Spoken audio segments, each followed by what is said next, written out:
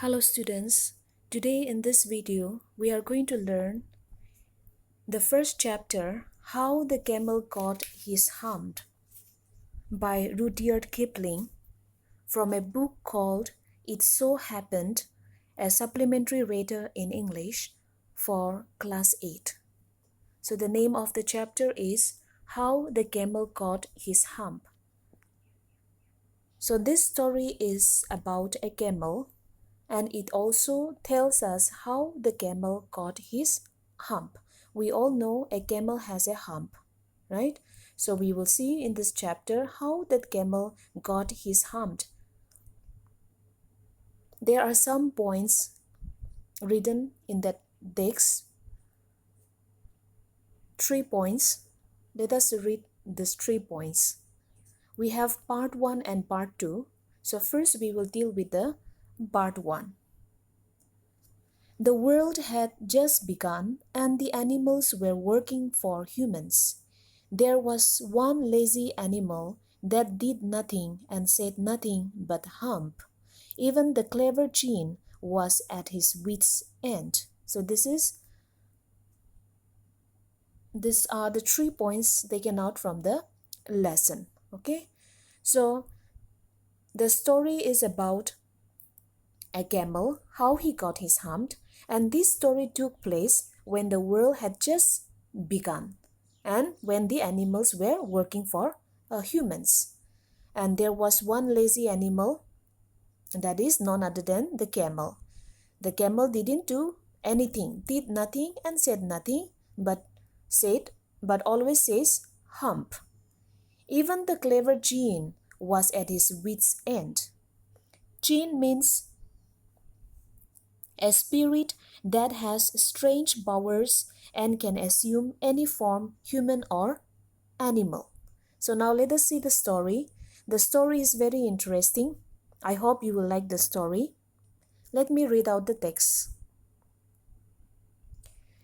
In the beginning, when the world was new and the animals were just beginning to work for man, there was a camel, and he lived in the middle of a howling desert because he did not want to work. So this story took place in the beginning when the world was very new and the animals, they were just beginning to work for men. And then there was a camel, and he lived in the middle of a howling desert because the camel did not want to work, which means the camel, this animal called camel, was a very lazy animal. He ate sticks and thorns and prickles. And when anybody spoke to him, he said, hump, just hump and no more.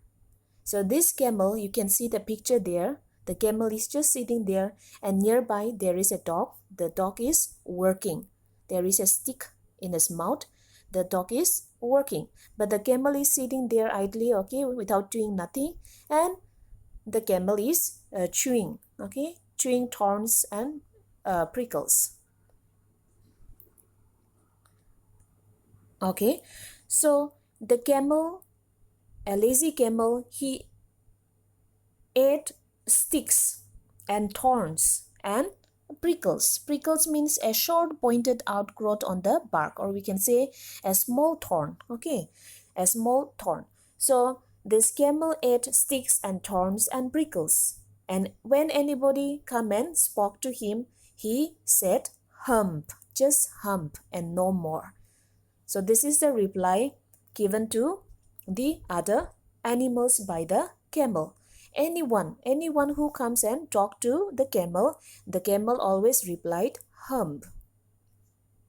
Presently the horse came to him on Monday morning with a saddle on his back and said, Camel, oh camel, come out and trot like the rest of us.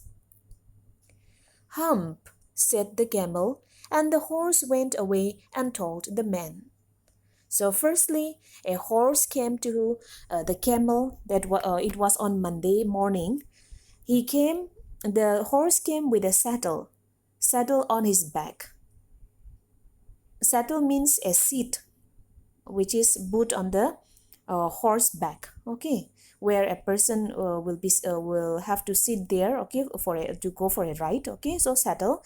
So the horse came on Monday morning to the camel with a saddle on his back, and he said, "Camel, oh camel, come out and trot like the race of us." So the horse came and called the camel to accompany him, or to accompany the race of the animals, and also to walk like them or to work like them. But the camel did not reply anything, just he said hump. And then the horse went away, and the horse went and told to the men. Because all these animals, they were working for men, for a man. So they went and reported, the horse went and reported to the men. Presently the dog came to him with a stick in his mouth and said, "Camel, oh camel, come and fetch and carry like the race of us." "Hump," said the camel, and the dog went away and told the man. Secondly, who came? That is the dog. A dog also came.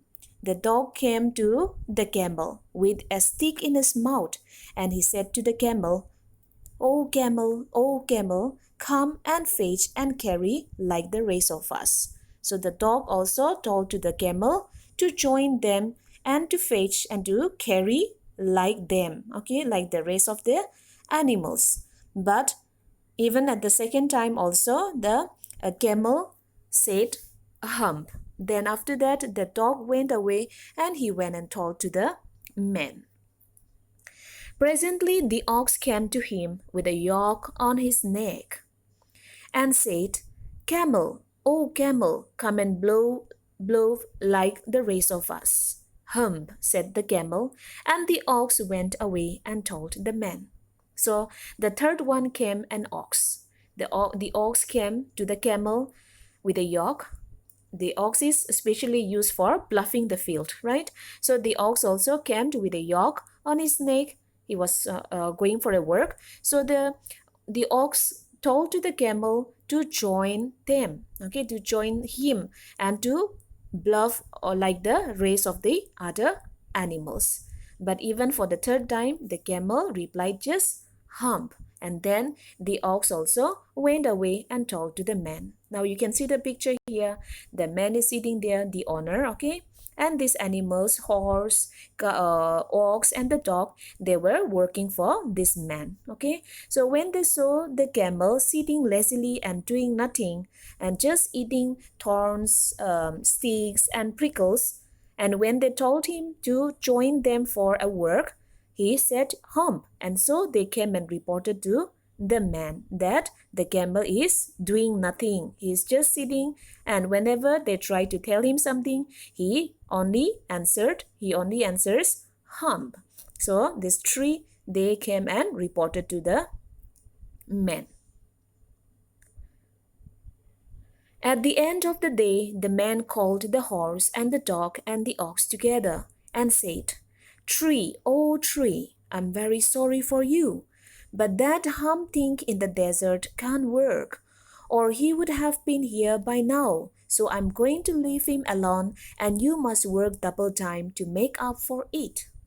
So one day, at the end of the day, okay, at the end of the day, that is in the evening, okay, the man called the horse and the dog as well as the ox together, okay, and the man told to these three animals that he was very sorry because he can't do anything for that hump thing in the desert. Hump thing means the man is talking about the camel, okay. So he told the three of them that he can't do anything to the camel, because the camel, at this time the camel should have to be with them, but the camel is not with them, so he can't do anything, and so he is going to leave him alone in the desert. And so since the camel will not be able to join them, these three animals, the ox, the horse, and the dog, they have to work double time, okay. You must work double time to make up for it. So this is what the man told to these three animals, that they have to work harder and they have to give double time, okay, more time to make up, okay, to make up or to complete the work. Actually, the work has to be completed by the four creatures, okay, including the camel. But the camel is not there, so the camel's work also they have to do, okay. So the man told them to do the work double time to make up for it. That made the three very angry, and they held a panchayat on the edge of the desert, and the camel came chewing cud and laughed at them. Then he said hump and went away. So when the man told these three creatures, the horse, the ox, and the dog, to work double time, they got very angry, and they held a panchayat on the edge of the desert, at the corner of the in one of the corner of the desert. And now the camel, at that time when they were having a panchayat, the camel also came chewing cud. Cud means to bring back into the mouth and chew a second time. The food that he had eaten before, okay, the left remaining, okay, in his mouth, okay, he is chewing again for the second time. That is called cud, okay. So a camel came chewing cud, and he laughed at them, and then he said hump and he went away. So the panchayat was held. They were talking about the camel, okay, about his laziness, and at that time the camel came chewing his cud, and he laughed at them, and he said hump and he went away. Presently there came along the jinn, who was in charge of all deserts, rolling in a cloud of dust. So at that moment there came along the jinn. Okay, we all know what is a jinn. Jinn means it is a spirit, okay, a spirit that has strange powers, and they can assume any form, that is human or animal. So this jinn, okay, the jinn appeared. The jinn who was in charge of all the deserts, it came rolling in a cloud of dust. You can see the picture how the jinn, okay, we can't see the lower part of its body, right? There is a dust of cloud, okay, or a cloud of dust, okay. So suddenly this jinn appeared. Jinn was in charge, okay, in charge of all the deserts. Jinn of all deserts, said the horse, is it right for anyone to be idle? Certainly not, said the jinn. Then when these three animals, they saw the jinn, that is the jinn is in charge of all the deserts, so they had reported to the man could do nothing for the camel. Now they want to report it, or they want to tell it to the jinn about the problem, that is the camel. So the horse told to the jinn, calling out to the jinn of all deserts. And the horse asked the jinn whether it is right for anyone to be lazy, okay, without doing nothing, whether it is right for anyone to be idle. Then the jinn says, no, certainly not. It is not right. A man or anyone, okay, any creature, okay, they have to work. They should not sit simply, and they should not just sit lazily. They have to do their own work. So this is what the jinn replied. Certainly not, said the jinn. Well, said the horse, there is a thing in the middle of your desert with a long neck and long legs, and he hasn't done a stroke of work since Monday morning. He won't trot. So now at that time the horse, okay, the horse told to the jinn that there is a thing here. He is talking about the camel. There is a thing in the middle of your desert. There is a creature or a thing in the middle of your desert, and that creature has got a very long neck and long legs, and he hasn't done a single work since Monday morning. And he won't trot. Means he would never set down his feet or his foot in walking. He's just sitting there in one place, and he don't do anything. So this is what what the horse told to the jinn. Then jinn said, "Phew," said the jinn, whistling. So the jinn exclaimed, "Phew." He said, he whistled. "That's my camel. What does he say? What does he say about it?" So now, when the horse said that there is a thing who has got a long neck and long legs, the jinn understood that the horse was talking about the camel, and the jinn replied that that was his camel. So what does he say about it? So what does he say? Okay, just sitting there, what does he say about it? Then the horse said, "He says hump." And the ox replied, "He says hump and he won't bluff," said the ox. "Very good," said the jinn. "I'll hump him if you will kindly wait a minute." So the ox replied, "He says nothing, but he says just a word called hump. And he won't bluff. He won't bluff the field. He won't do any work. He won't even do a stroke of work. He won't even trot. He won't even let his feet or foot to walk. He just simply sits there. So he will just say hump." Then the jinn replied, "Very good," said the jinn. "I'll hump him if you will kindly wait a minute." I'll hump him means I'll deal with him appropriately, or I'll set him right. Then the jinn replied, "Okay, very good. Is it that so?